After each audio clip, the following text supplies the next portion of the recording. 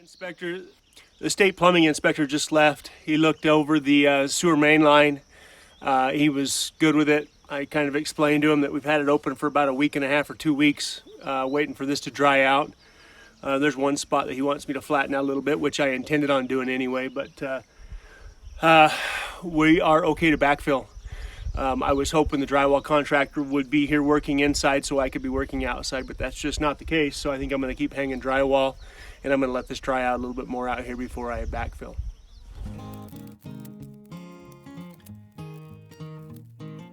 The plan for the first half of this week was to backfill the sewer main after getting it inspected and do some work outside while the drywall contractor worked on the inside.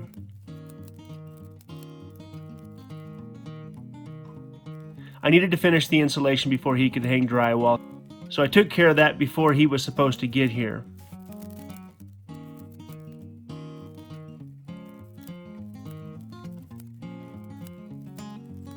But after 2 days of him no-showing me, it was obvious I needed to get back to the drywall.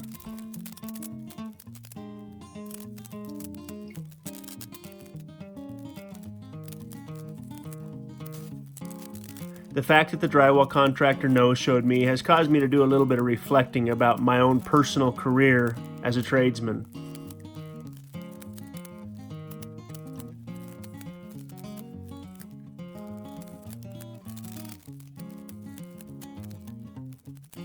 The road to becoming a service plumber and then a plumbing contractor started on the road to becoming an auto mechanic.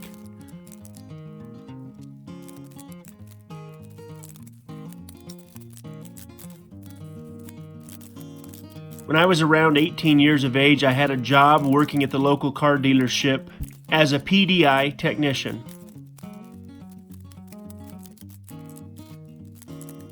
That basically meant that I got paid $5 an hour to put 10 miles on every brand new car that was delivered from the factory before it was either sold or put on the car lot.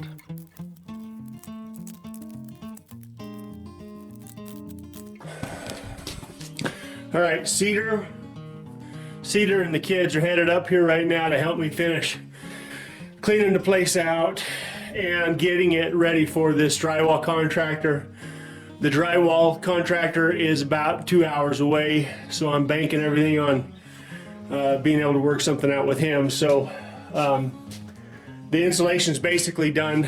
The only other places I'm going to put insulation now is in the floor and then between the up against the rim joists. So I can, that's the exterior wall, there's no insulation there, so I'm going to pack 6-inch bad around that, but other than that, everything's basically done. So. While it was fun driving around the brand new Corvettes and the Super Sport Camaros, truth was I was going nowhere fast.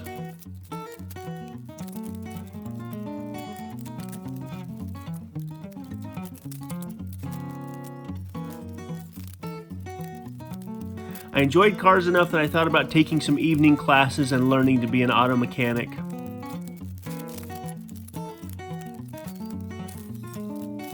I talked with my dad about this and he didn't object.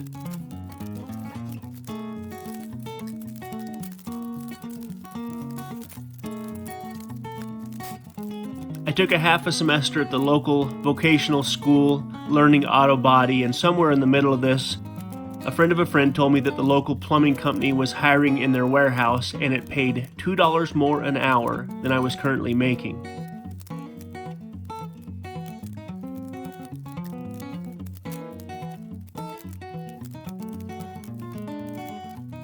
I went and interviewed for the job and found out that the job was only paying $1 more an hour, but I felt like it was a step in the right direction, so I took the job.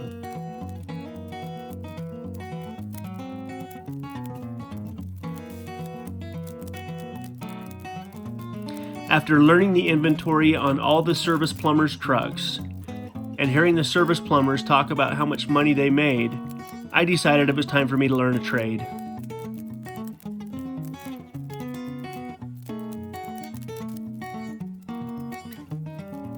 I went to the manager and asked if I could start riding along with the service plumbers and apprenticing to be a plumber. He offered me more money to stay in the warehouse, and that lasted a few more months, but somewhere in the middle of this, I proposed to my wife and realized that making $7 an hour was not going to be sufficient as newlyweds.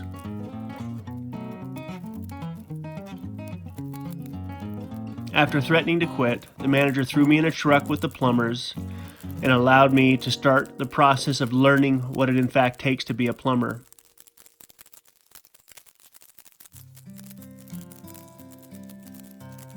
During that first year, I figured out what commission was, and I also figured out that these guys made a great wage.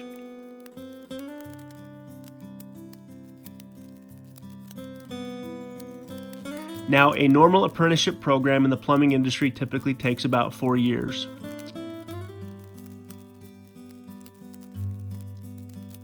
I'd been apprenticing for about 12 months when one morning one of the plumbers got fired for a DUI.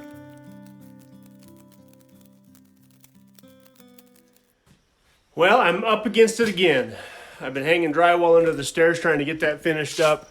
Waited 2 days for the drywall contractor to show up. I didn't even tell him where I was located, didn't even tell him the potential obstacle in the road, and he still didn't show up. So I'm just gonna keep hanging drywall. I don't know what else to do. I'm hoping he still reaches out to me, but for whatever reason, guys like to show up when they want to show up around here.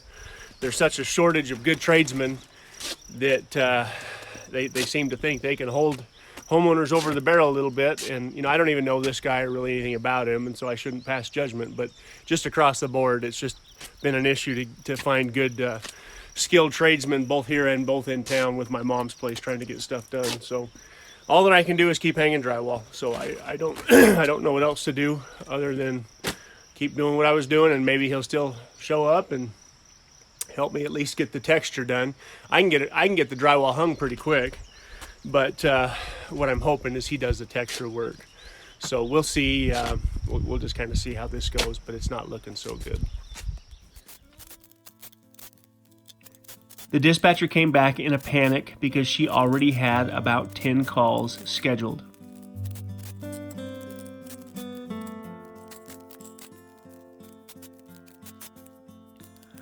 Most of these calls were simple calls that I could do.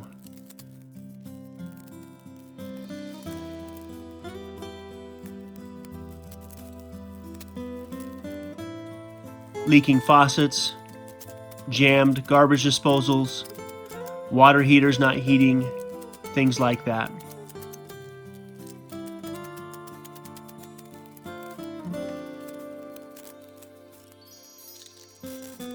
I jumped in a truck, finished all of the calls that I was given, came back to the shop, and the manager told me to go to the local supply house and buy all the tools that I would need, and I could pay him back over time.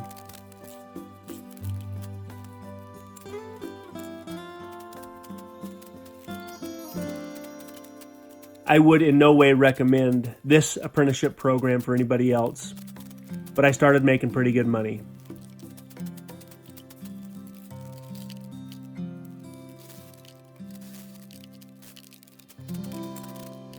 I made a lot of mistakes.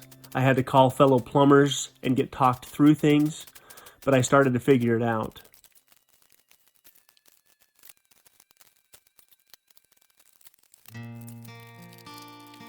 There was one particular day where there was a handful of plumbers sitting around waiting for the next call to come in.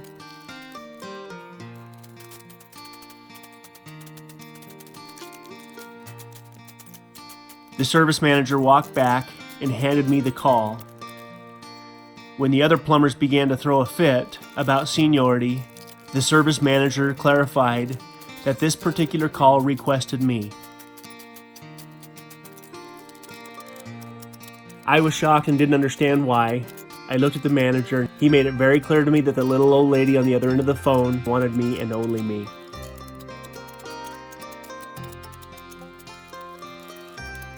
After going out to her home and realizing that I had been there before as an apprentice with another plumber, I figured out that she requested me back because she wasn't threatened by me. Because I took a few minutes to talk with her and ask her how she was doing. I showed up when I was supposed to be there and I got the job done. 15 years later, I'd made a great living off of little old ladies just like that. I figured out that showing up on time, doing what I said I was going to do, making sure my hygiene was not offensive, taking a few minutes to talk to the client and make sure that everything else is okay, caused them to have a little bit of trust and a little bit of faith in me.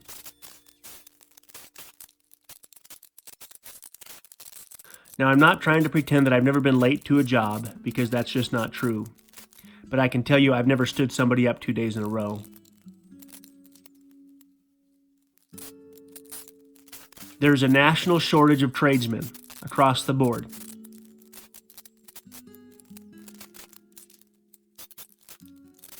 Whether it's electricians, plumbers, framers, painters, roofers, or drywall contractors. And it's not changing.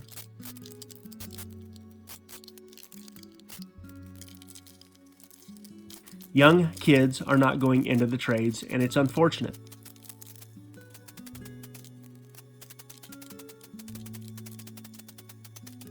It's a great stepping stone, and if taken halfway serious, can be a tremendous way to make a living.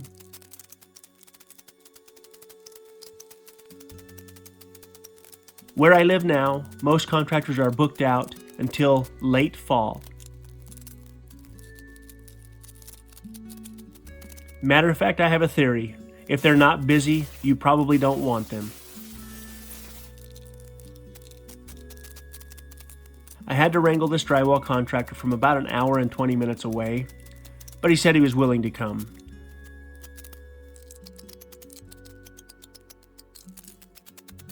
Again, after no-showing for a couple of days, it's disheartening, but in the back of my head, I kind of had a feeling this was going to happen.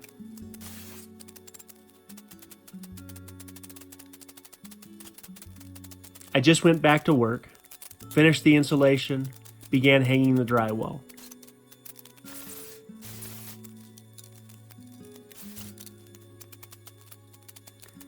By the way, most municipalities require finished drywall under the stairs.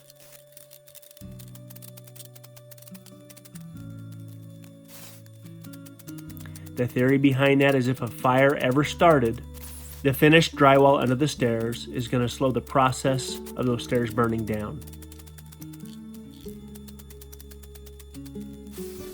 Whether or not he shows up, I'll continue to hang the rest of the drywall downstairs and get everything prepped for tape and texture.